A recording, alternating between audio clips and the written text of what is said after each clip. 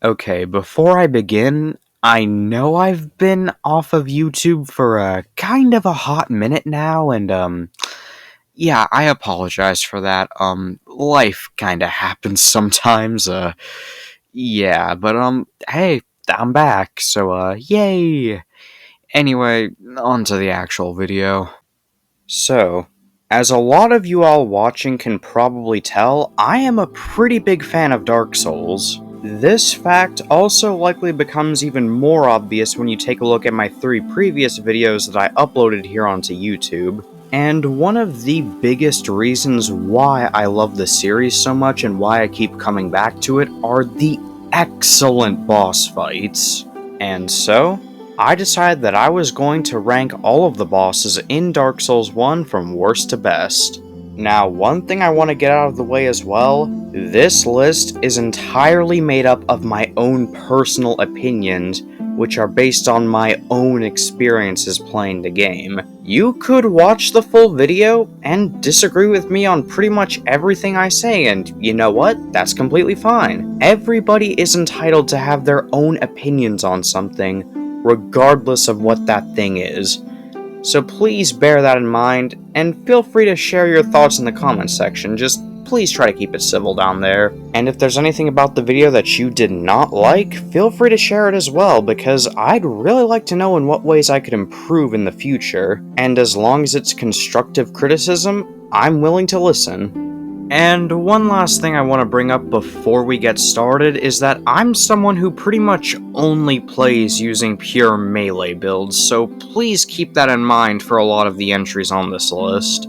But now that all of that has been said, it's time to talk about the absolute worst boss in Dark Souls 1, which is often regarded as not just the worst Dark Souls boss, but the worst Souls boss, period.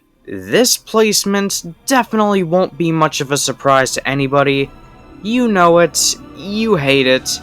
Number 26, the Bed of Chaos. Now, I'll try to keep this segment at least somewhat brief because I already know that everyone else has torn this boss to shreds, but seriously, what were the developers thinking when they were designing this fight? The whole idea behind the Bed of Chaos fight is that you have to hit 2 locations in order to be able to actually damage the boss, all while the actual boss will constantly swipe its arms at you, use fire spells, and stuff like that, while getting progressively more and more aggressive as the fight goes on. This idea isn't all that bad on paper, but the problem with this fight that absolutely ruins it is that the execution is, well, it's god-awful to say the least. Now, some of you might be wondering, well, Gussie, how is the execution of this fight so bad according to you? That was an absolutely S-tier British accent, I know. But my answer to that would be, well, multiple things. Firstly, it's pretty much impossible to iframe the hand swipes. Like, seriously, I don't think it's even possible to dodge them at all. And second, well, the ground actually falls from beneath you for a very large portion of the fight. And I just don't get why they thought that was a good idea to input. Jumping in Dark Souls has always been very clunky and not fluid at all. And on top of that, trying to jump is just, it's just not a good control at all. So designing a whole fight around it just really baffles me. And that's not even mentioning the fact that if you get swept into one of the pits and die, which is very likely, mind you, you have to go all the way back from the previous bonfire, which isn't exactly very close to the arena. What you're looking at right now is a sped up version of the run back. Do you see why this gets extremely annoying and tedious after a while? And keep in mind, this is the run back if you take the shortest route from the closest bonfire. But the developers decided to hide the closest bonfire behind an illusory wall with no hints.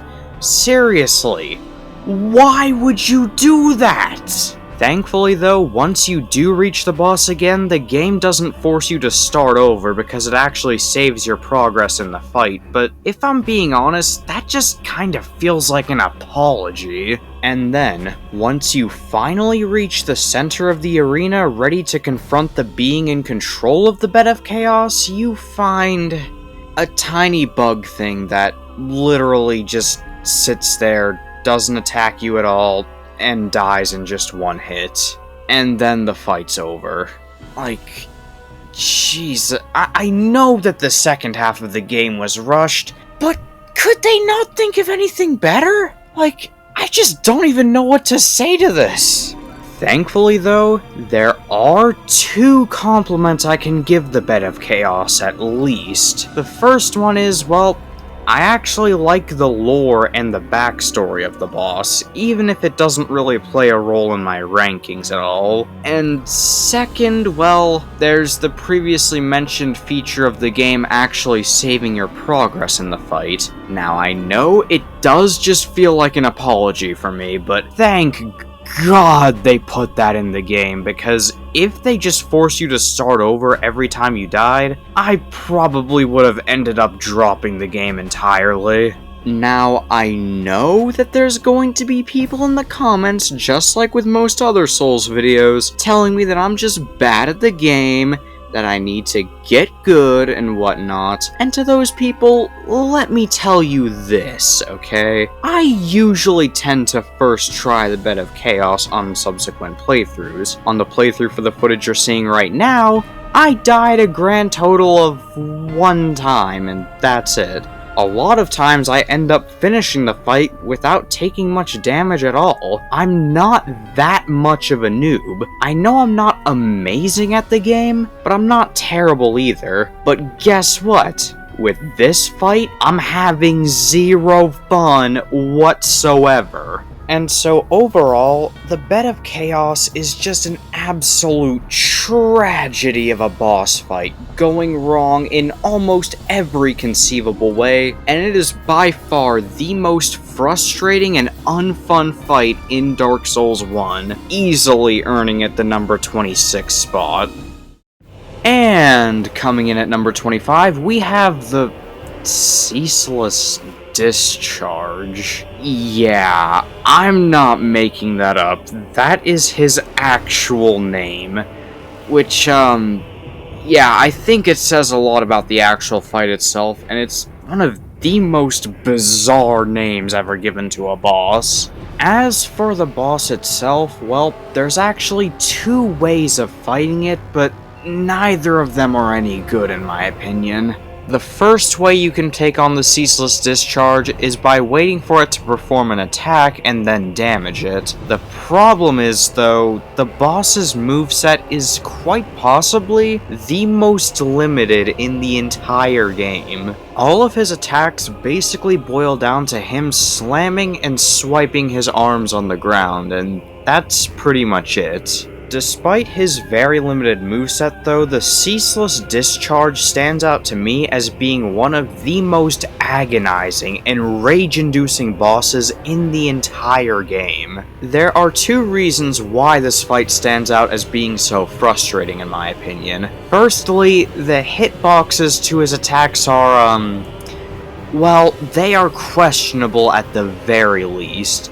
There were several times fighting this boss where I got hit and genuinely had no idea what I could have done differently. The second thing that makes this fight so frustrating for me is the fact that, well, the Ceaseless Discharge hits really hard. Like, seriously.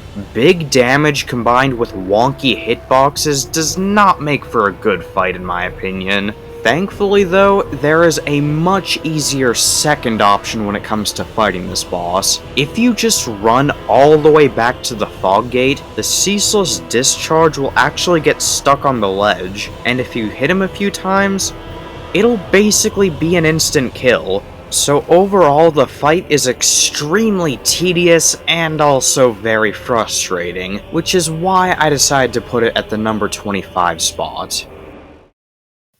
Before we move on to the next boss, I'm gonna play you a tiny little clip which basically sums up what my first time with it was like.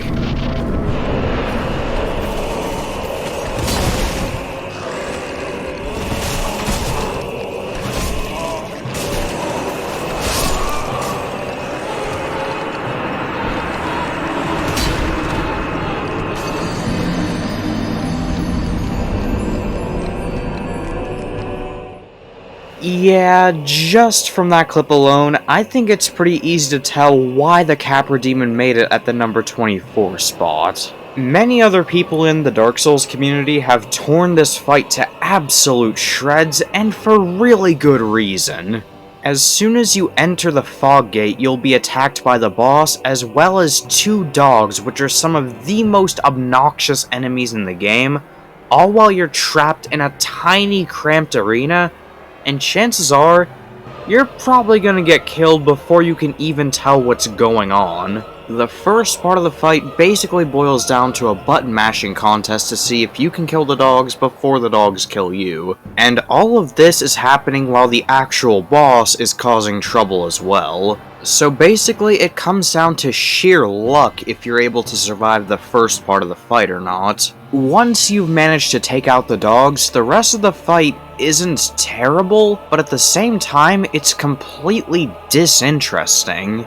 Since the Capra Demon on its own is honestly kind of pathetic, I guess it makes sense why they decided to add the dogs into the fight, but it still pretty much ruins anything the boss had going for it. And combining that with the fact that the arena is extremely tiny and way too cramped for a fight like this, and you'll have a pretty miserable experience. Other than that though, I just don't really know what to say about this fight other than it's pretty horrible. I know what to expect going into the fight nowadays because I've beaten the game a bunch of times, but it's still consistently annoying and I hate it. So overall, the Capra Demon is a pretty big travesty of a fight, earning it the number 24 spot on the list. And at number 23, we have the Centipede Demon. Now, the main reason the Centipede Demon got placed so low on the list is because the gameplay of the fight is pretty bad, and I will get to that. However, first I want to address the Centipede Demon's visual design because, well, quite frankly, it just looks awful in my opinion. It just looks extremely slapped together and unfinished, and sometimes I can barely even tell what I'm supposed to be looking at. But now let's talk about the gameplay, which isn't much better in my opinion. In fact, I'd say it's quite a bit worse. The worst part about this fight is definitely the arena, which is just designed horribly. If you want to be able to actually get to a platform that's large enough to fight the boss on, you'll have to trek through a bunch of lava, which does quite a lot of damage. Alrighty, this is gonna get me kind of annoyed for the rest of the fight, because I mean, I just had to chug a bunch of Estus because of how badly the arena is set up. Along with that, the Centipede Demon has a very generic and frustratingly limited moveset that definitely does not help out the gameplay at all. And it's especially annoying if the boss decides to just stay at a distance and spam his long-range punch attack over and over again. And keep in mind, he can stay like this for a very long while. Like seriously, it gets ridiculous at some points, like Jesus. But what makes this even worse is, well, the camera, because, well, I pretty much consider it to be the true boss that I'm fighting whenever I encounter the Centipede Demon. The only other thing I have to say about the camera in this fight is that I might as well be its personal sex doll with how many times it's fucked me over. And so, in short, the Centipede Demon is a boss that I never look forward to fighting because, well, believe it or not, a camera and visual design that both work together to make it extremely hard to tell what's happening, a garbage arena, and an extremely limited moveset all make for a pretty garbage fight. Thankfully though, we have just finished talking about the absolute worst bosses of the game. The next bosses are still pretty bad in my opinion, but not quite as much as the ones we just talked about. Number 22, Seath the Scaleless. Yeah, so unfortunately one of the best and most well-defined characters in the lore doesn't really get a very good boss fight. The setup to the fight is at least pretty unique though. The first time you encounter Seath, it's in a room where he is completely and utterly undefeatable, and once he eventually kills you, you don't respawn at the previous bonfire, and instead, you respawn locked up in a jail cell. It's genuinely a pretty surprising moment, and it can be pretty scary for first-time players. Thankfully for us though, the snakes are the absolute worst guards ever, and you can encounter Seath later on for a proper fight. Now, one thing I want to mention before we start talking about the actual fight is that Seath has by far the most annoying run back of any boss in the game. Every single time you die to the boss, you have to run all the way back from the Duke's archives and navigate the invisible floors of the Crystal Caves again and again.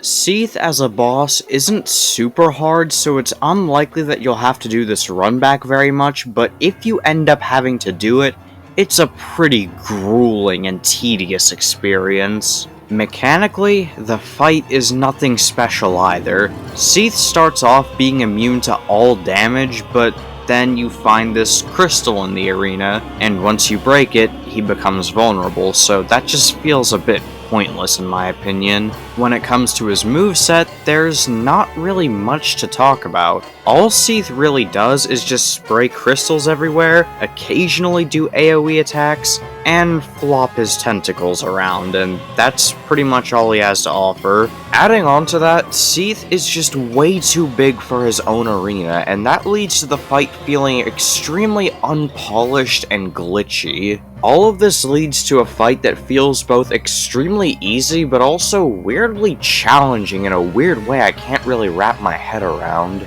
So overall, Seath the Scaleless is a boss that feels extremely unfinished, and the runback is pretty horrible, earning it the number 22 spot on the list.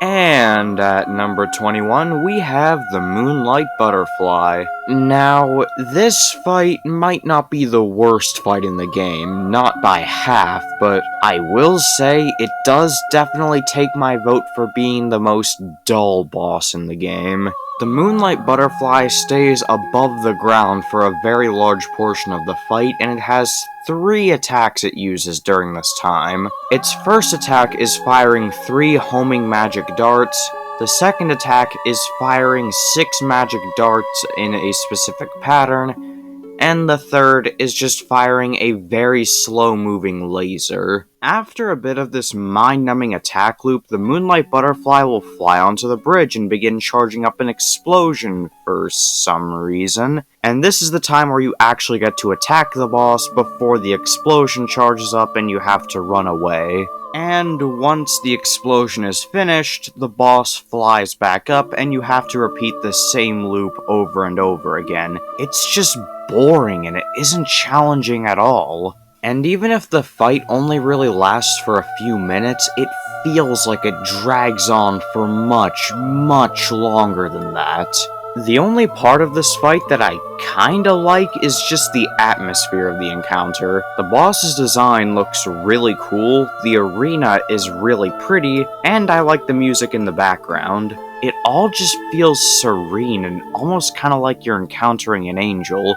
It also kind of reminds me of Jean Jacket from the movie Nope, if any of you have ever watched that, which I'd recommend you watch it because it's a good movie. But anyway, I apologize for going off topic. The Moonlight Butterfly is overall just a really boring boss that I never really want to fight, earning it the number 21 spot on the list. Number 20, Pinwheel.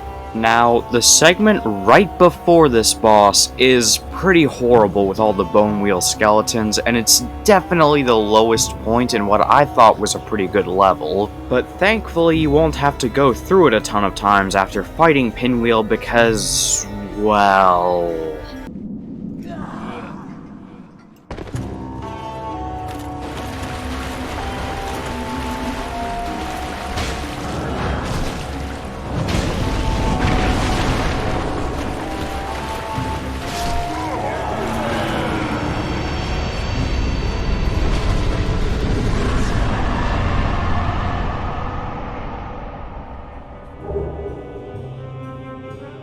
Yeah, I don't really have much to say about this boss.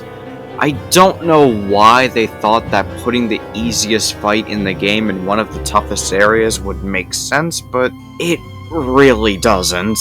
Pinwheel does clone himself, which I think is a pretty interesting mechanic, but you only really get to enjoy it for like a few seconds. I can't say that I dislike Pinwheel because killing him takes less than half a minute, but it does make him a bad boss, earning him the number 20 spot on the list. Thankfully though, we've covered all the bad bosses in the game. The next two are still gonna be mediocre, but not really bad.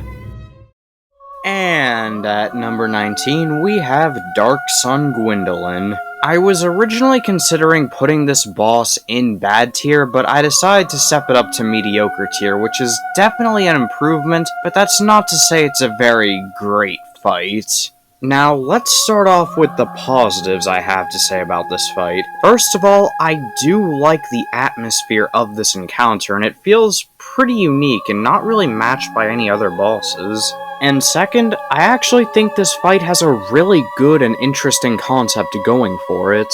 Basically, the whole concept with this fight is that Gwendolyn will teleport down a near-endless hallway and fire ranged attacks at you. What you're supposed to do is chase him down and deal enough damage to him before he teleports again. This idea is pretty good in my opinion, and if done properly, it could make for a very memorable and unique encounter that's also fun at the same time. Even to this day, this idea is pretty unique among Dark Souls bosses, which makes this fight seem really promising. But then there's how they executed this idea, and well, it's pretty disappointing. One of my big problems with the fight is just that Gwendolyn only really has 3 moves. One of them is a giant magic orb, the other is a bunch of magic orbs, and the last one is just him firing some pretty easy to avoid arrows. And on top of this, Gwendolyn's health bar is just pathetically tiny for a boss so late in the game. Overall, this is a boss that has a strong concept going for it, which, if executed right, could make for a boss that's both fun and memorable. But instead, the developers ended up botching the execution, and the fight ends up being both dull and forgettable. And because of that, I decided to put it at number 19 on the list. And at number 18, we have Gravelord Nito. I'll be honest, out of all the bosses in the game, this is the one I had the most trouble with when it came to finding a place to put it on the list. The area right before this boss is the Tomb of the Giants, and well, it's pretty awful, so naturally it's also going to make for a pretty horrible boss run back. Nito himself can actually be kinda different between playthroughs depending on your RNG as well as another factor. And that other factor is whether or not you're using a divine weapon, which might seem pretty trivial at first, but it can dramatically change the fight. Basically, in the arena, there's a bunch of skeletons summoned by Nito himself to try and fight you. And under normal circumstances, these skeletons will last the entire fight, and will always revive upon being killed. However, if you kill them using a divine weapon, they'll be killed permanently, and if you have a divine weapon, you can eventually kill all the skeletons and fight the boss solo. And when you compare fighting Nito with a divine weapon versus fighting him without a divine weapon, it's like night and day. If you go in without using a divine weapon, the fight can be downright horrendous, but if you go in with a divine weapon, then the fight is, well, fine, I guess? When you get to fight him solo, you'll find that Nito has okay moves, although I will say for a boss so late in the game, I expected something at least a little bit more than this. Most of Nito's attacks are just him swinging his sword and doing thrust attacks, which can be dangerous seeing as they can apply toxic, but since they're mostly pretty easy to avoid, it's unlikely that you'll get hit. He does have a grab attack that looks scary, but it doesn't really do that much damage at all. Along with that, he does have an AoE attack that he might spam again and again, and while it does do considerable damage, you have a pretty good opportunity to run away from it. The only attack Nito has that's really much of a threat is this one move where his sword will come up from the ground after he screams. The dodge timing for this attack can be really strange, and along with that, the hitboxes can be pretty inconsistent. And not to mention, as soon as you drop into the arena, you already take a huge amount of fall damage, which, in my opinion, is really cheap. Atmospherically though, the fight's honestly really good, and I think Nito himself looks really cool. Overall though, this was a really hard fight for me to rank because the quality of the fight can vary a lot between playthroughs, but because the experience usually averages out to just being kinda alright, I decided to put it at number 18 on the list. But with that said, from here on out, the quality of the game's bosses will keep getting higher and higher. We'll start with the fights that are alright, then we'll move up to the good bosses, the great bosses, and then we'll finish off with the truly legendary ones. Number 17, the Asylum Demon. Now, because this is the game's tutorial boss, I'll be judging it mostly on how well it teaches the player and not really the gameplay of the fight.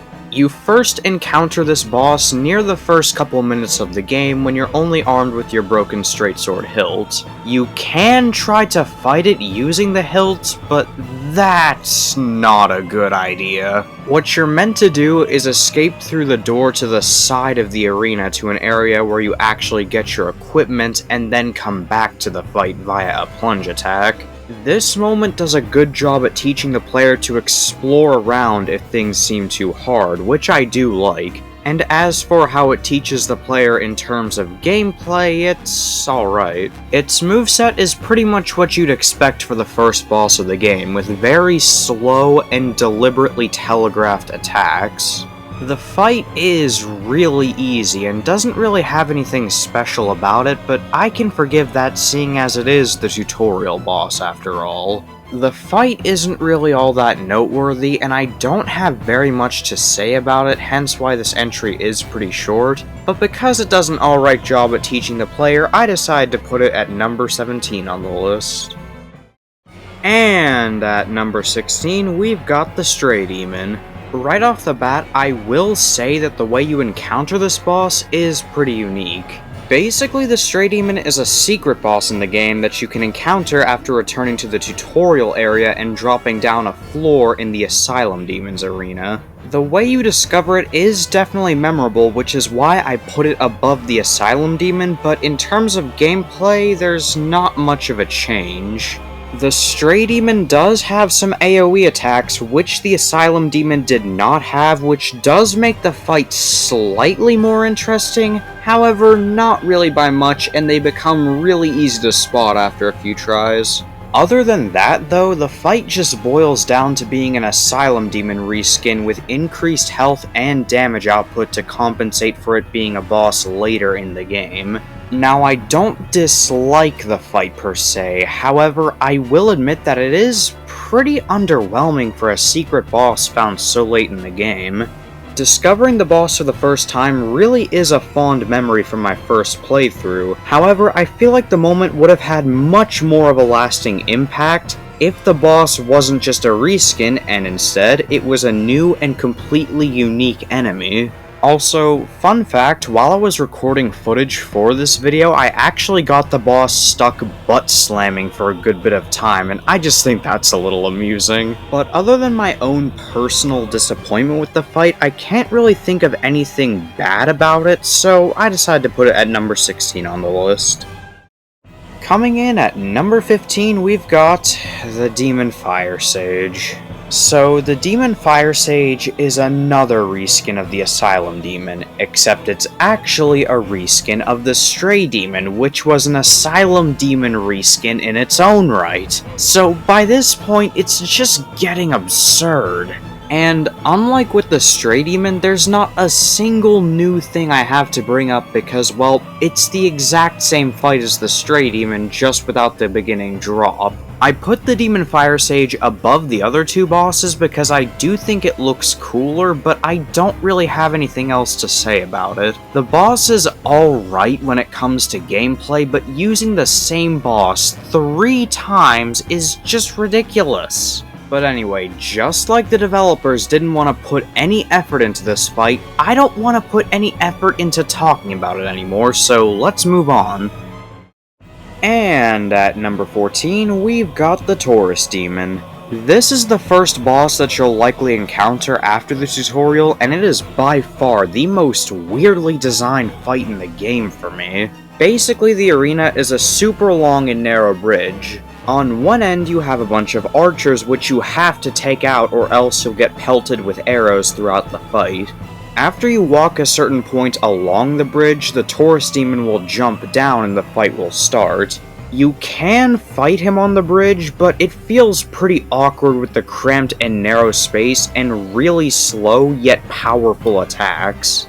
What you're supposed to do is run back to the other side of the bridge and climb the ladder and do a plunging attack on him. Basically, the optimal strategy for this fight is to try and run as far as you can along the bridge, then bait some attacks out of the Taurus Demon, and then run back to the other side of the bridge again, do a plunging attack, and then repeat. One thing that I think is worth bringing up is the fact that the boss is extremely weak to lightning damage, so if you have gold pine resin, then the fight is significantly easier. I usually don't talk about boss weaknesses because I don't use resins that often, however there's some gold pine resin in the area right before this which seems to have been placed deliberately for this fight, so it definitely warrants a mention in my opinion. And if you still don't want to use pine resin, then well, you can just get the boss to fall off the arena and die like a fool. If you don't believe me, here you go.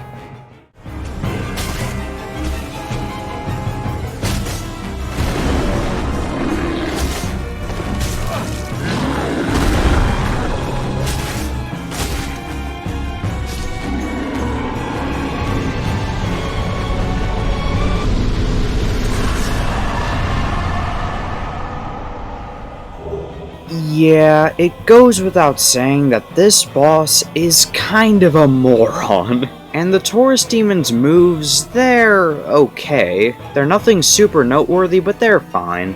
And the actual fight itself might have a pretty strange setup, but I find myself kind of enjoying it actually, which is why I decided to put it at number 14 on the list. Number 13, Crossbreed Priscilla. Now, this is pretty much the one fight in the game where you are undeniably in the wrong for killing the boss. Priscilla is an optional boss hidden behind a secret area and who the player has to attack first. This fight also has a unique gimmick behind it which for once I think was actually executed pretty decently.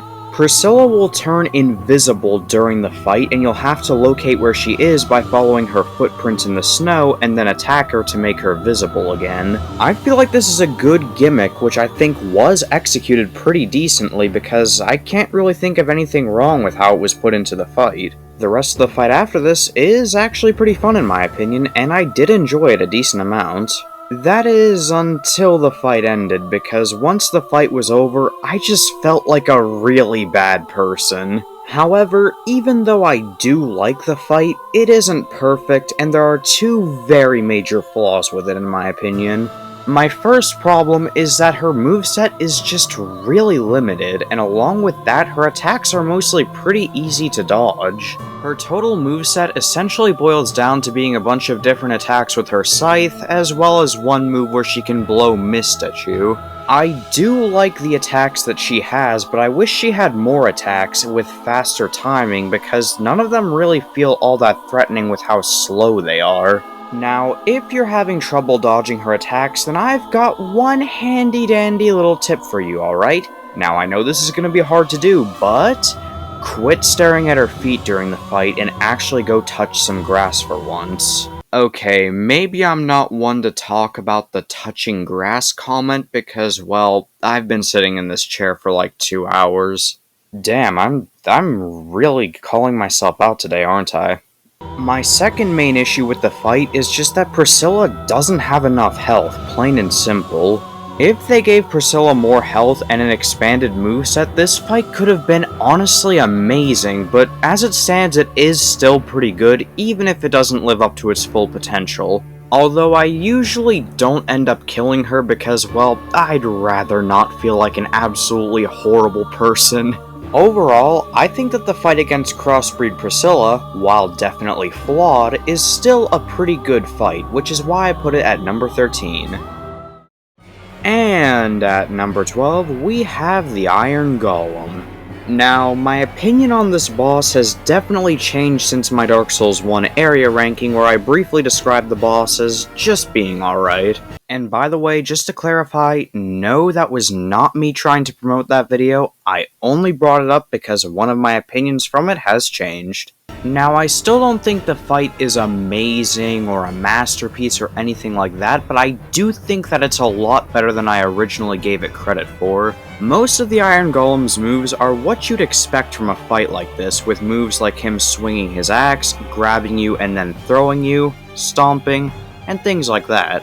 One thing I do want to mention about the grab attack though is that the hitboxes for it can be kinda wonky at times, which I'm not really a big fan of. In addition, the Iron Golem has a ranged attack where he can fire a blast of air at you from his axe.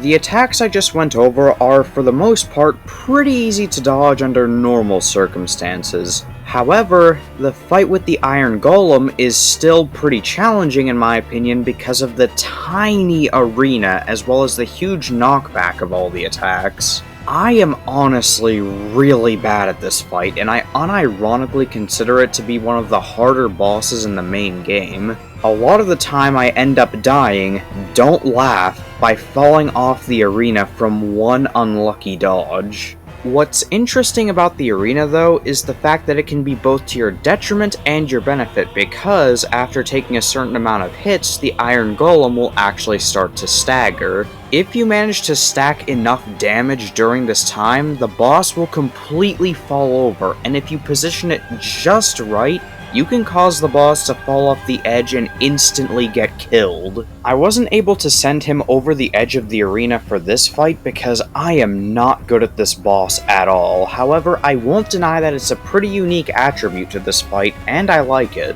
And I'm also happy that From Software managed to implement a tiny arena into a fight while making it both fair and balanced at the same time, unlike a certain other entry that appeared earlier in the video.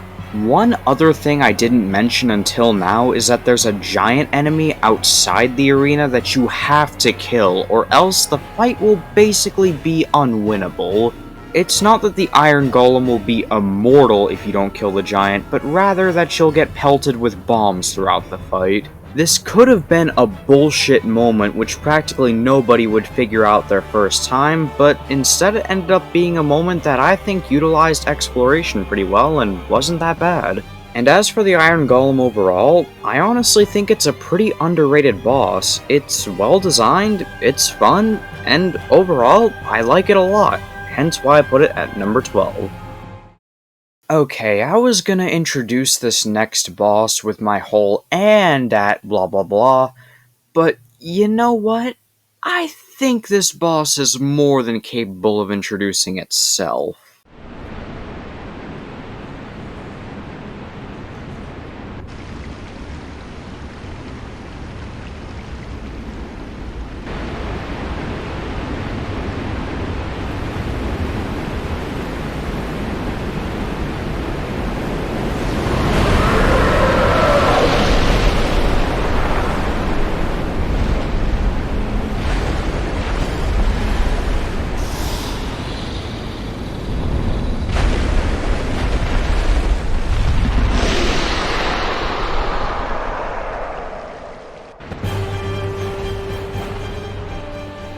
Yep, I think that our number 11 spot, the Gaping Dragon, did a pretty good job at introducing himself.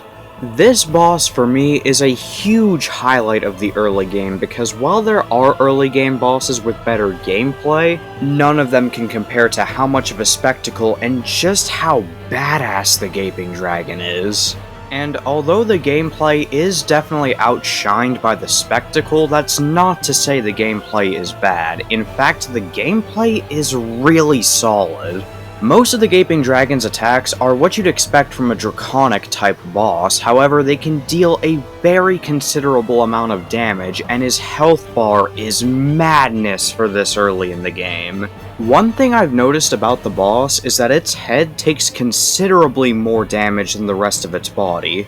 This encourages the player to face the boss head-on rather than stick to one of its sides and just wail at it, and I think that's the more satisfying way to play here. One of the Gaping Dragon's most threatening moves by far is his tail swipe, which not only does a crazy level of damage for this point in the game, but it also has a huge amount of range as well. But if you decide you don't want to have to worry about the attack anymore, don't worry because you can actually disable it for the rest of the fight. Basically, if you attack the Gaping Dragon's tail enough times, you will completely cut it off and stop him from doing the tail swipe anymore. Tail cutting is a mechanic used by multiple other bosses in the game, but this is by far the best use of it in my opinion, as it's the only time where it can actually alter the fight. He has another move where he spews out, bile, I think? And it does damage on contact as well as briefly stunning you, but it goes away pretty quickly, so it's not super noteworthy. The only attack from the Gaping Dragon I don't really like is his forward charge attack that he'll do quite often. It does way too much damage when it's not telegraphed very well at all, and along with that, it turns its entire body into damage on contact. The rest of the Gaping Dragon's attacks aren't really all that noteworthy and are pretty easy to dodge, but I don't really count that against this boss. It's bosses like the Gaping Dragon that prove that sometimes you don't always need a boss to be super hard for it to be good. Sometimes you need a fight that just makes you feel great. And also, this may be a little random, but the first time I ever glitched the game was actually while I was fighting this boss with a friend. Here's the clip I got of it.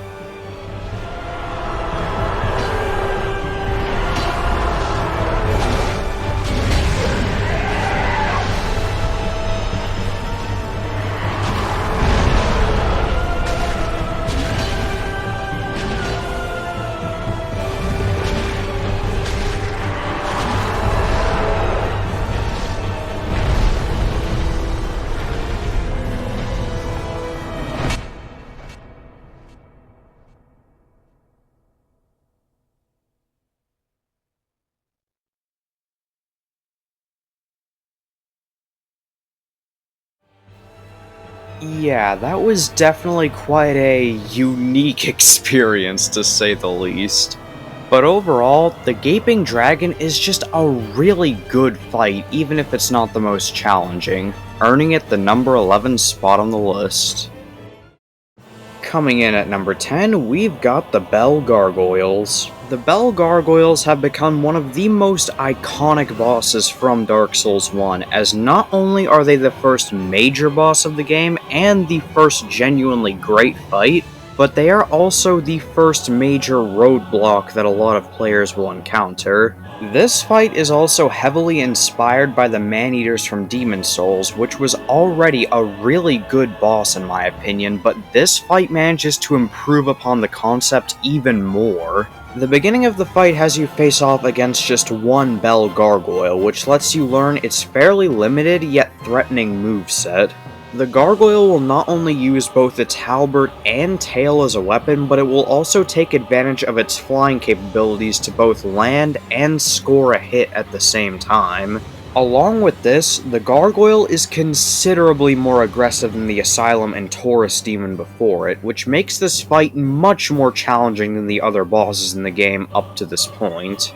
This increase in difficulty is pretty warranted though, and it's the first boss in the game where you really have to pay attention and learn the moveset. But while this first part of the fight is really good, it's not what makes the fight so well beloved among the fanbase, nor is it what makes it such a major roadblock for a lot of new players. You see, once you get the boss down to a certain point in health, a second gargoyle joins the fight. This not only changes the dynamic of the fight, but it also makes it the first gank boss in the game. And I will say, I think this moment was very well executed. It's genuinely terrifying and panic-inducing. And not only that, but it also destroys your confidence just as you started to get the upper hand. Believe it or not though, this isn't just a cheap addition to the fight where they throw in a second identical enemy. The new gargoyle behaves quite a bit differently from the other one, being much less aggressive and preferring to stay at a distance and spray fire at the player. This results in a challenge that, while quite difficult, is also well balanced and very enjoyable in my opinion. The two gargoyles synchronize together in a way that feels both fair and satisfying, and the fight overall just feels like it really is the first major test that the player has to overcome. This boss is where the true game begins, and as the first important boss fight in the game, I think it does an excellent job at challenging the player. And overall, it's just a really fun fight to go back to, earning it the number 10 spot on the list. Coming in at number 9, we have Great Grey Wolf Sith. When it comes to ranking bosses, the lore doesn't really play much of a factor at all for me, and usually it's the gameplay I put above all else. However, Sith is definitely a bit of an exception to this rule. That's not to say the gameplay is bad by any means, though. The gameplay is really good, and Sif is definitely no pushover. Sif will constantly swing her master Artorias' sword at you, and sometimes even go a full 360 degrees around. The attacks can come out pretty quickly as well, and along with this, Sif is also quite agile for a boss of her size. She's even able to backflip while doing the 360 degree sword spin as well. All of this makes Sif a pretty formidable threat at first, however her moveset can be learned pretty quickly and without much difficulty. But even with the gameplay of the fight just being good, I still think this boss is among the greats because, well, this is when the lore part kicks in. Sif was Artorias' closest companion before he fell to the darkness of the abyss, and in the DLC, there's actually a small little optional segment where we rescue Sif as a puppy from the chasm of the abyss. Once Manus is defeated and the spread of the abyss is stopped, Sif guards Artorias' graves out of loyalty and to stop anyone from robbing and desecrating his grave. And now you, the person who rescued Sif and saved her life, have to kill her in order to be able to continue your quest. And even if you ignore that element of the fight, you're still just basically killing a dog that's defending its master's grave. And that's not even mentioning another thing. Once you get Sif to low enough health, she'll actually start to limp and her attacks become awkward and forced. Almost like she's struggling to even stay alive at this point. And if she attempts to swing her sword all the way around in this stage, she'll completely fall over for a bit. And the saddest part is, Sif isn't an optional boss, she's completely mandatory in order to beat the game. On my first playthrough as well, this was the first moment where I really felt like I wasn't the hero, where I felt like I was truly the villain of the story, where I felt like I'd done an evil thing. And speaking of that first time killing Sif, actually, I was hanging out with a close friend when it happened. And also, fun fact, that close friend was actually the person who introduced me to Dark Souls, so shout out to them. But when I was fighting Sif, I didn't really understand the lore of the game at all, nor did I really know the story of Artorias yet. However, when I killed Sif, I still felt like an absolute monster. And I'm fully willing to admit, this is one of the few times where a video game boss has actually made me cry. And I am not exaggerating with that. Yes, it's a little embarrassing to admit that I cried over a video game, but still, man, it's a sad fight. Thankfully though, that friend didn't really judge me, and they proceeded to hug me and comfort me for the next few minutes, so thank you for that. Oh, and by the way, to anybody watching this video who thinks that, oh, you're just being a pussy, or oh, you're not being manly enough, because trust me, I've heard all that stuff living in a small rural American town, then I've got a little message for you.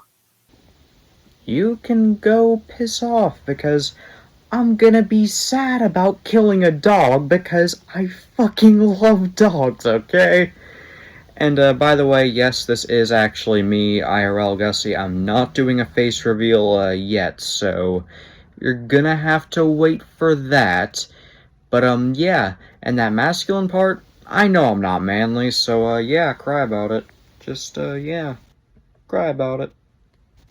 But overall, Sif is a boss that manages to be tragic enough to actually make me cry, and along with that, it still somehow manages to just be a really fun fight as well. And because of all of that, I put it at number 9 on the list. Well, well, well. Looks like our number 8 spot is the second boss on this list that's more than capable of introducing itself.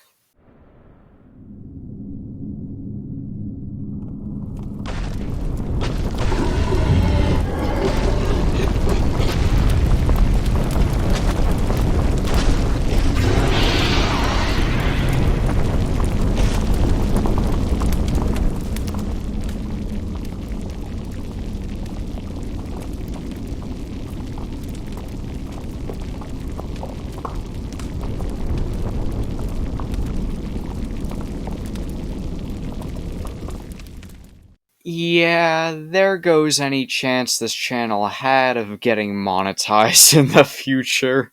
But anyway, our number 8 spot is of course none other than the Chaos Witch Quelaag.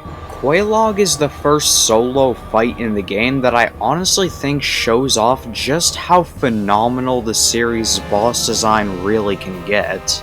First things first, Quelaag's visual design is one of my personal favorites in the entire game because I mean, well, an evil monstrous lava spider controlled by a beautiful looking woman on top of it who's fused to it is just badass in my opinion. The arena of the fight is really big compared to other bosses in the game, which may seem like something to your advantage at first, however it can actually work in the boss's favor as well. Basically, Quelaag's spider half has an attack where it can spew out lava into the arena that does damage on contact, incentivizing more careful positioning. This attack may seem pretty trivial at first, however the spider will do this attack a lot, meaning that there will be a lot of lava filling up the arena over time. This makes it so that you have to be careful, think, and pay attention when fighting this boss. However, if you manage to move behind Quelaag while her spider half is performing this attack, she won't be able to attack you back, meaning you can get some free hits in. However, I'd also recommend that you be careful when doing this because there is an AoE attack Quelaag can do which can easily one-shot you at a fair level during this point of the game, and along with that, it can be pretty hard to see coming. And if you have to run from the AoE at any point in the fight, do not, I repeat, do not run in the lava because not only does it do damage on contact, but it does a lot of damage on contact, so please be careful. Aside from the attacks with her spider, Quelaag has a really well-designed melee moveset as well. When using her sword, Quelaag will switch between attacking via very wide and powerful slashes to very thin but also very powerful thrusts. These attacks come out pretty fast too, which keeps you on your toes throughout the entire fight, which I really do appreciate. All of this makes for a really tough early game challenge, but also a completely fair and thrilling one, which I absolutely love.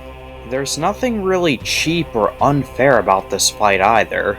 The fight's purely about how good you are at developing a viable strategy and how skilled you are at the game's combat.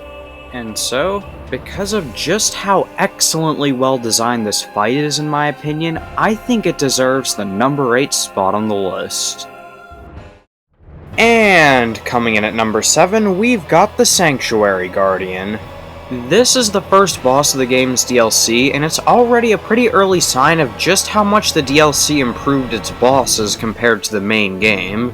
One thing I want to say about the Sanctuary Guardian before I start actually analyzing the fight though, is that it is an absolutely criminally underrated fight. Like seriously, I don't ever see anybody really talking about it when the fight's pretty great. This fight is notable for being pretty challenging compared to a lot of bosses in the main game, and there's two reasons for this, namely the boss's speed and aggression. First, let's start with the aggression, because as you might have noticed from the footage you're seeing right now, this boss does not hold back in this department. The Sanctuary Guardian is by far one of the most aggressive bosses in the game, and outside of a few rare moments, it'll be constantly attacking you throughout the fight. This makes it so you have to take on the boss defensively and also strategically. Along with this, the Sanctuary Guardian's insane level of aggression makes it so that healing opportunities are pretty limited and really short. On top of all of this, the Sanctuary Guardian's aggression makes it so that its large size actually works in its favor instead of yours, because it won't let you just stick to one of its sides and wail away at its back. And if you still decide to go behind the boss, even with all of this in mind, then you'll find that there's a giant scorpion tail waiting for you, so I hope you like getting penetrated, buddy. Okay, that just sounds wrong. And then there's the other factor that makes this boss such a significant difficulty jump going into the DLC. And that is, of course, the Sanctuary Guardian's level of speed, because, well, it is really, really fast, especially for a Dark Souls 1 boss.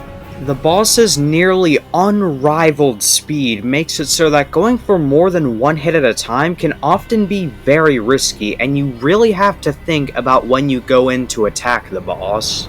However, the developers decide to balance this out by making it so that while the Sanctuary Guardian is extremely dangerous and agile, it does have a relatively low health pool compared to the other DLC bosses. But even if the boss was slower and less aggressive, it would still possess a very dangerous and threatening moveset. There's a combo it does quite often which consists of many quick ramming and scratching attacks which are not only super fast but could easily stunlock you into submission if you're not careful. The Sanctuary Guardian also has a separate ramming attack which it throws out extremely quickly and can easily knock off a good chunk of health upon a failed dodge. In addition, the boss also has a few different ground slam attacks which all do immense damage and can cover a pretty large area too. On top of all of this, the boss is also very, very agile thanks to its wings, and will not just hop around the arena, but literally fly to the other side of it as well. All of this would make for a really challenging fight in itself, but in typical Dark Souls fashion, you don't just have to worry about dodging the boss's melee attacks, because it also has ranged attacks. The main ranged attack of the Sanctuary Guardian is an attack where it'll fire lightning at you from a distance, which then briefly spreads out and does damage on contact. And not only can it do this while on the ground, but also while it's in the process of flying to the other side of the arena as well. However, while the boss's attacks are very fast and devastating, they're also very well telegraphed, meaning that it's not an unfair fight by any means, and it is pretty well balanced. So even though this boss did make me realize that I vastly prefer getting dominated in the bedroom, I still really like it. It's a genuinely exhilarating and adrenaline-pumping fight, and I always really look forward to revisiting it. With all of that having been said though, I did put the Sanctuary Guardian below the rest of the DLC bosses, as well as below 3 bosses from the main game. Not because I think there's anything about the Sanctuary Guardian that makes it worse, but just because I enjoyed those fights more. And so, for being such a challenging and genuinely fun boss, as well as being the perfect introduction to the Artorias of the Abyss DLC, the Sanctuary Guardian earns the number 7 spot on the list. And at number 6, we have the Black Dragon Calamite. Calamite is the one optional boss of the Artorias of the Abyss DLC, and let's just say it definitely did not disappoint. And while I'm not going to go into too much detail about the quest to unlock this boss, it has by far one of the best cutscenes in the trilogy to date. And well, you already know the drill since I brought up the cutscene. Go grab some popcorn, everybody. Watch and see how Goth hunts dragons.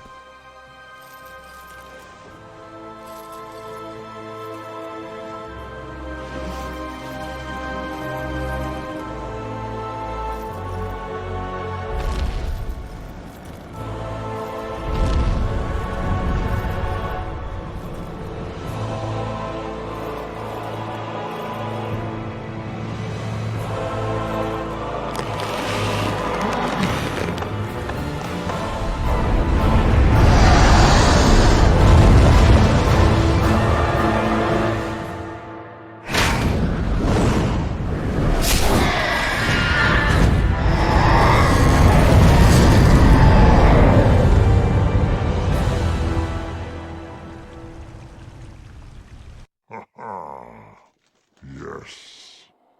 A truer shot was never loosed. After the events of the cutscene you just witnessed, Calamite will be completely tethered to the ground and you'll be able to actually fight him. However, this does bring me to one of my few issues with the fight. And that issue is that while Calamite does have a good moveset on the ground, he has a pretty limited one in the air. Really, the only two attacks Calamite has that take advantage of his aerial capabilities are one attack where he dives in at you, and another where he flies up above the ground and sprays fire underneath him, and that's pretty much it. Although this doesn't really impact the fight all that much, and along with that, he was hit by one of Hawkeye Go's arrows, so I guess it's more of a nitpick than anything too serious. And besides, Calamite's absolutely excellently designed moveset on the ground more than makes up for his lackluster airborne moveset. The only attack that can be on the iffier side is his head swipe, which can occasionally have dodgy hitboxes, but I didn't really experience it on this playthrough, and either way, it's not that big a deal. Calamite has several fire-breathing attacks which not only reach very far, but they do a lot of damage if landed. However, they did manage to balance this out by making the startup to the attack pretty slow, meaning you have plenty of time to be able to catch it and avoid it. He also has one of the most unique grab attacks in all of Dark Souls, where he'll actually place a hex on the player which will double the damage dealt to them for a certain period of time. Adding on to this, Calamite also has a bunch of melee attacks such as his stomping and slamming, which all come out quickly and can do a decent amount of damage if hit by them. Calamite is also quite aggressive, meaning that you have to play defensively whenever you're fighting him. However, the telegraphs to all of Calamite's attacks are all pretty well made and make the fight feel challenging but also fair. All of this I just mentioned makes the fight feel extremely fun, and along with that, it also just feels badass to take this boss down for the first time. Really, the only reason why I put this boss outside of the top 5 fights in this game is just because it's starting to show its age mechanically. Now, don't get me wrong, this boss has aged like a fine wine, otherwise I wouldn't have put it as high as I have. However, wine doesn't last forever. But even if the fight ages worse and worse and becomes horrible in the future, that won't take away from just how amazing that first time was. And so because of that, as well as just how much I enjoy the fight personally, I decide that Calamite deserves the number 6 spot on the list. And at number 5, we've got Gwyn the Lord of Cinder. Most final bosses in video games tend to be epic and dramatic, with huge orchestral scores playing in the background and an epic showdown or something of the like. However, the final boss of Dark Souls is a little bit different from that. By the time you reach him, Gwyn is no longer the Lord of Sunlight. Now all he is just the Lord of Cinder. A broken old man who is nothing more than a hollow shell of the champion who once defeated the ancient dragons. The area he's fought in even reflects this, as the Kiln of the First Flame is nothing but the kiln surrounded by ash and dust with a fading sun in a gray sky. And it also bears a pretty eerie resemblance to the end of the world from Dark Souls 3, but that's a discussion for another time. By this point, Gwyn has kept the First Flame burning for so long that it has absolutely ruined him and caused him to go completely hollow, and even his gameplay reflects this. He is by far the fastest and quite possibly the most aggressive boss in the entire game, but each swing of his sword is completely mindless. He doesn't think about each attack at all. Along with this, Gwyn is the only boss in the game who is able to be parried and riposted, which just works together with everything else to show just how far his power has truly fallen. Gwyn can be pretty tough to take on if you just strictly dodge his attacks and that's it. However, if you parry him, the fight becomes a lot easier, but to be honest, I like parrying him more. The most tragic thing about Gwyn's fight, though, is just what he represents for the player, because if the player chooses to link the fire at the end of the game after beating him, then this is what they will eventually become. A charred, burned, hollow husk that just mindlessly attacks anyone who gets too close. And when it comes to the music, Gwyn's boss theme isn't a giant orchestral piece full of epicness and bombast like the other boss themes in the game. Instead, it's a piano melody full of sadness and melancholy.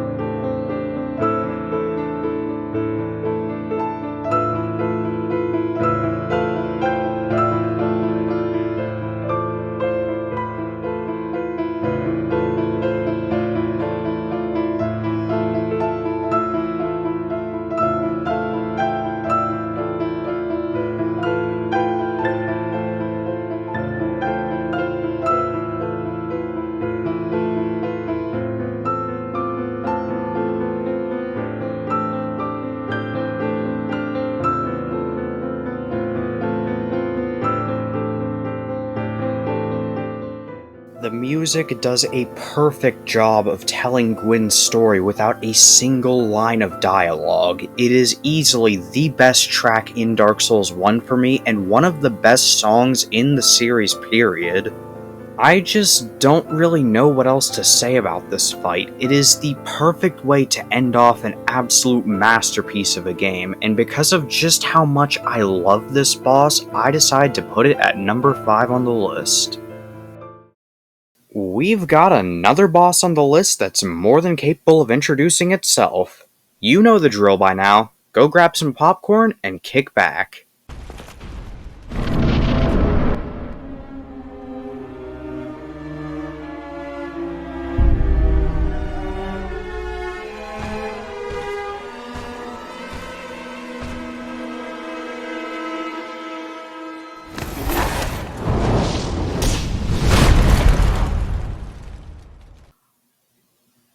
Yep, that's right. We've got none other than Ornstein and Smo. This boss pretty much serves as the halfway marker for the base game of Dark Souls 1, and it is probably the most beloved boss from the base game. This is a boss that puts you against two enemies similar to the Bell Gargoyles fight from earlier, but while the two gargoyles in that fight were pretty similar to each other, Ornstein and Smo are both very different and unique compared to one another. Ornstein is pretty small, and he's very quick and agile. The best way to fight him is to try and bait out attacks from him, then dodge those attacks, and then attack back. Smo, on the other hand, is gigantic, bumbling, but he hits hard. From my experience, the best way to take on Smo tends to usually boil down to trying to find a way to take advantage of his size and get behind him. As you can probably tell by the way I just described them, both Ornstein and Smo are complete polar opposites of each other, but that's what makes them work so well. They just complement each other perfectly. While both of their movesets are pretty limited individually, I can forgive that seeing as they're designed to be a duo boss, and while I do definitely prefer Ornstein's attacks, I can't deny that both of them have got some pretty good moves. You might be wondering why I haven't deducted any points for both of them having limited movesets while I've complained about earlier bosses having limited movesets, and the answer to that is, well, both Ornstein and Smo are designed for each other. They're meant to be both parts of the same fight. If one of them were just on their own without the other to complement them, then the fight would probably fall pretty flat. Did you hear that, Dark Souls 2? But if you're getting overwhelmed by both of their attacks, you can use the arena to your own advantage because there's 6 pillars located within the arena which you can use to break aggro on either of them temporarily. And of course, that's not even mentioning the most famous part of this boss fight. Roll the clip.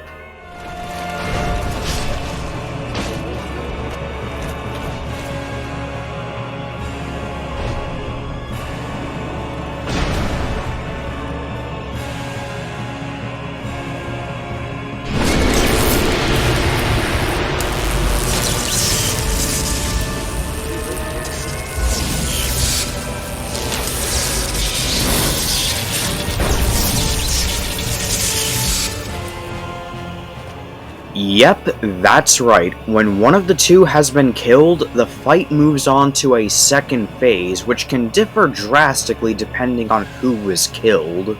If you kill Smo in the first phase, then you'll fight against a giant version of Ornstein. And if you kill Ornstein in the first phase, you'll fight against a version of Smo with electrified attacks. I prefer fighting Smo in the second phase, seeing as he tends to be less finicky than Ornstein. I will admit, I do enjoy the first phase of the fight more, as I find it to be considerably more challenging. However, I do still like the second phase. I don't really have anything else to say about this boss that I don't think has already been said, because, well, it's been praised to death by everyone else and their grandma, and well, I just think that shows how good of a fight it is. And so, for being such an absolutely incredible end to the first half of Dark Souls, I decide to put Ornstein and Smo at number 4 on the list.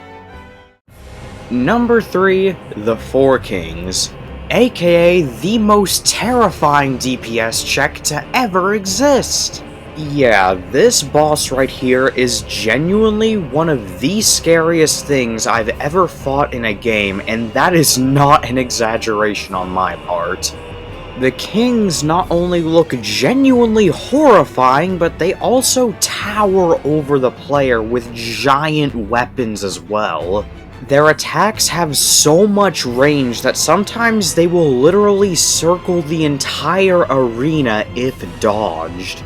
When it comes to the attacks of the Four Kings, they've got some swings with their weapons that go the full way around their bodies. They've also got a thrust with their weapon, a ranged attack that tracks the player, a grab that drains some of the player's health, as well as an AoE attack. Based on what I've said so far, this boss might not sound all that intimidating. However, there are some things that I did not mention about this fight that makes it absolutely horrifying. First of all, the arena itself is an endless pitch-black void, which can cause the player to easily become disoriented and confused. And not to mention, it makes depth perception an absolute nightmare with this fight. The other thing that I haven't mentioned so far is that the name of the boss is to be taken very literally. The four kings are literally four kings who will all each spawn in on timers, meaning that if you don't kill the first king fast enough, then the second king will spawn in while you're still fighting the first king. This process will keep repeating and repeating, eventually stacking up to all four kings being in the arena at once. And trust me, you really don't want that to happen because the four kings are specifically designed to be very difficult to fight in multiples. And when you combine all of this together with the loud and frantic soundtrack in the background, and you'll have a feeling of genuine panic as you try to whittle each king down. Although I will say that I do think the fight is definitely pretty well designed, and it does feel fair even if it is punishing. I've heard a lot of people say that they don't really like the Four Kings fight because you can cheese it by just wearing full Havel armor and going to town on them with overpowered equipment, but that can be said about practically any boss in the game. In my opinion, trying to fight the Four Kings with just my standard equipment and the Ring of the Abyss is genuinely one of the most exhilarating experiences I've had playing Dark Souls 1. That is, unless we're talking about the New Game Plus version, because, dear god, that thing is a complete nightmare. What were they thinking? But in summary, I think the Four Kings is an absolutely terrifying boss, but it's also very fun and thrilling, earning it the number 3 spot on the list.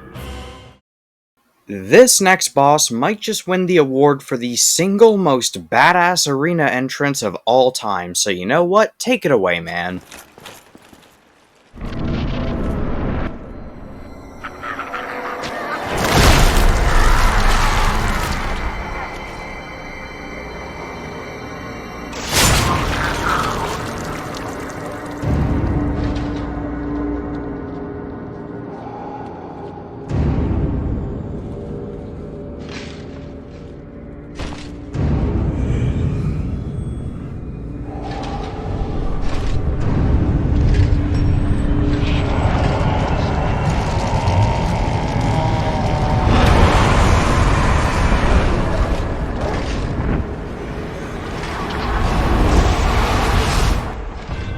Yep, right here at number 2, we've got the legend himself, Knight Artorias.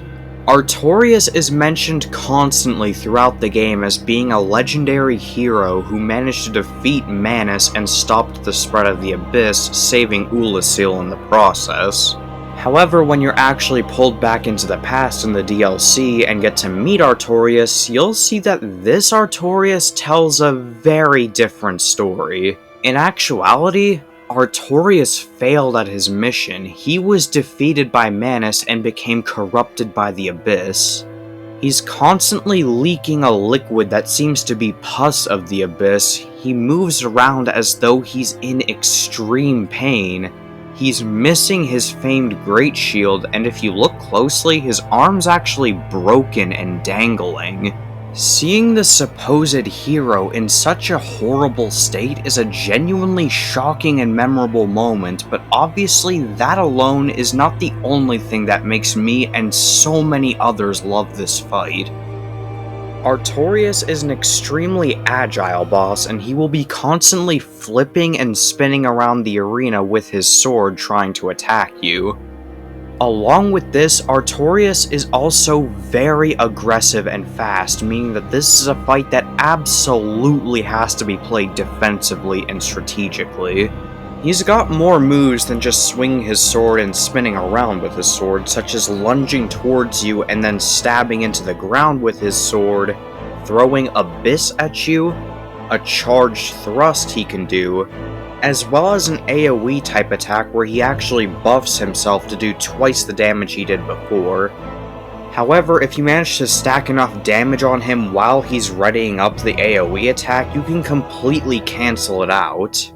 All of his attacks have pretty clear telegraphs to them, meaning that even if they come out pretty quick and they can be a bit tricky to dodge at times, there's nothing unfair about them per se. I also like that they added the ability to cancel out his AoE. I feel like it rewards the player getting better and better at the fight, and I really appreciate that. Even with the clear telegraphs though, Artorias is by no means a pushover, and he stands out as being one of the most challenging bosses in the game for me. I'm not saying this is a bad thing by any means though. In fact, I'd say that the difficulty is the exact opposite of a bad thing. It is an excellent part of this fight that I really appreciate a lot. Along with that, I just think that Artorias' fight has an incredible atmosphere to it, feeling both epic but also a bit haunting and depressing. And not to mention, the scream that Artorias lets out as he dies is honestly haunting.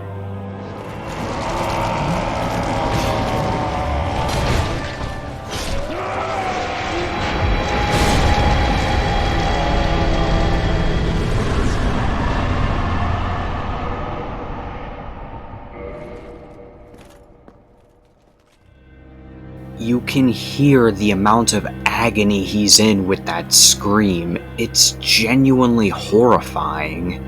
On top of that as well, the immense difficulty of the fight combined with the clear state of brokenness that Artorias is now in makes you wonder, if this absolute monster fell to the darkness of the abyss, then what chance do I have? It raises the stakes and makes the Abyss, and by extension the villain of the DLC, something truly terrifying. Everything I've gone over paints a pretty clear picture as to why Artorias is probably the most iconic boss from Dark Souls 1. However, me personally, I can't quite say that he's the best boss in the game, earning him the number 2 spot on the list. And now with all of that said, it's time to move on to the number 1 best boss in all of Dark Souls 1 for me. This boss has been hyped up throughout the entirety of the DLC. His fingerprints litter every single little thing you see around you. You defeat Artorias, who was corrupted by the Abyss, travel through the broken remains of Ulasil Township, brave the horrors that lie within, and then eventually you reach the chasm of the Abyss itself. And once you reach the bottom of the chasm, this happens.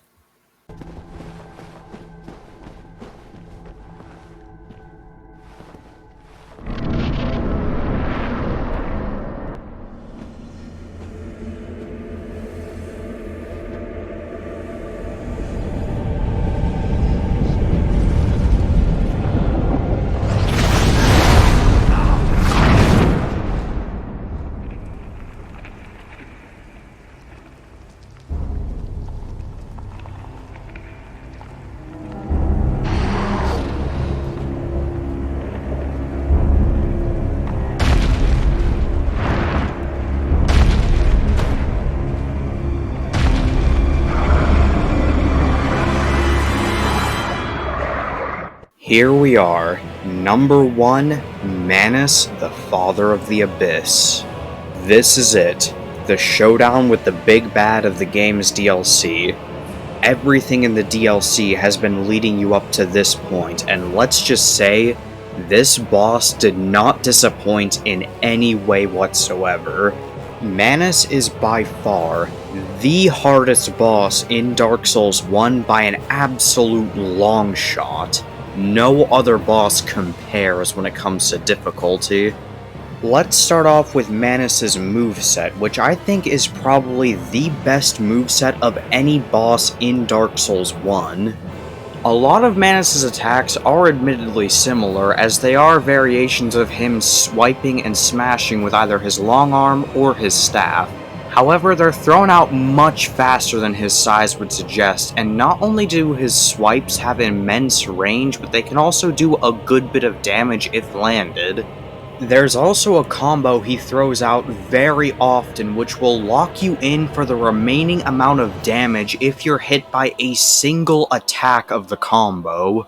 And in addition to his variety of different swipes, smashes, and stuff like that, Manus also has a bunch of spells where he summons humanity sprites to go after you. Depending on the spell, the humanity sprites will either rain down from above the player, surround the player and close in on them, or just be shot at them straight from Manus' staff. There's an item you can get back in Ulasil that lets you deflect these spells, however, without using the item, these spells can be some of the trickiest attacks to dodge in the entire game, and not just that, they do a lot of damage. Manus is also one of the most aggressive bosses in the game, perhaps only being less aggressive than Gwyn. Manus' insane speed and aggression makes it so that you can't really abuse his size for the entire fight because he'll be constantly turning to face the player. Healing windows are also very minuscule in length as well as being few and far between, meaning that you'll truly have to be defensive and strategic, as well as being alert at all times. And trust me, it is extremely satisfying once you finally do manage to beat Manus after hours of struggling against him for the first time. You actually feel like a god the first time you do it, and it's just such an amazing moment.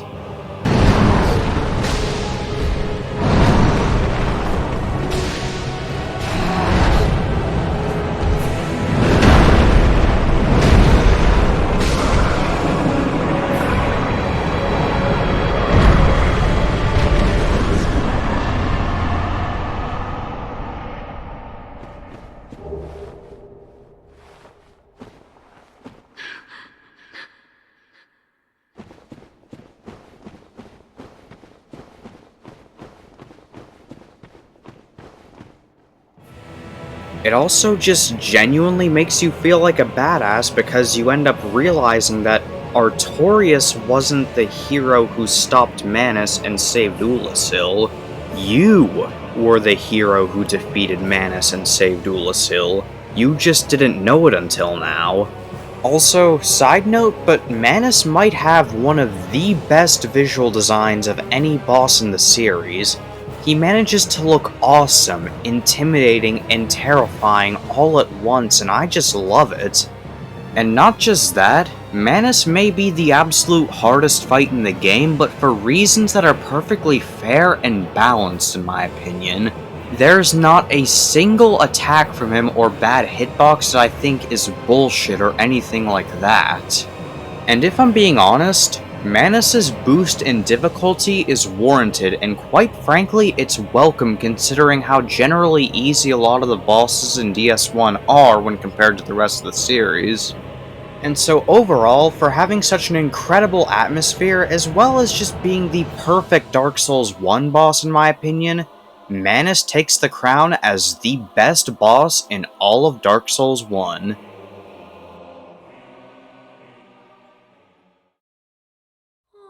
So, in summary, the ratio of good bosses to bad bosses in Dark Souls 1 is a bit of a mixed bag. But for every horrendous boss such as the Bed of Chaos, there's genuinely incredible ones like Manus that keep me coming back to the game. Towards the second half of the game, the bosses definitely had a dip in quality as well as the rest of the game in general, but this is more than made up for by the first half of the game as well as the DLC. Thank you all so much for watching this video. It took a good bit of work to make. I'm sorry that I ended up being away from YouTube for as long as I was. Pretty much some personal stuff as well as just trying to finish up my year at school, but hey, I'm back for right now, so yeah. Anyway guys, thank you for sitting through this very long video. I appreciate every one of you. Thank you so much for being patient with me, and I'll see you next time.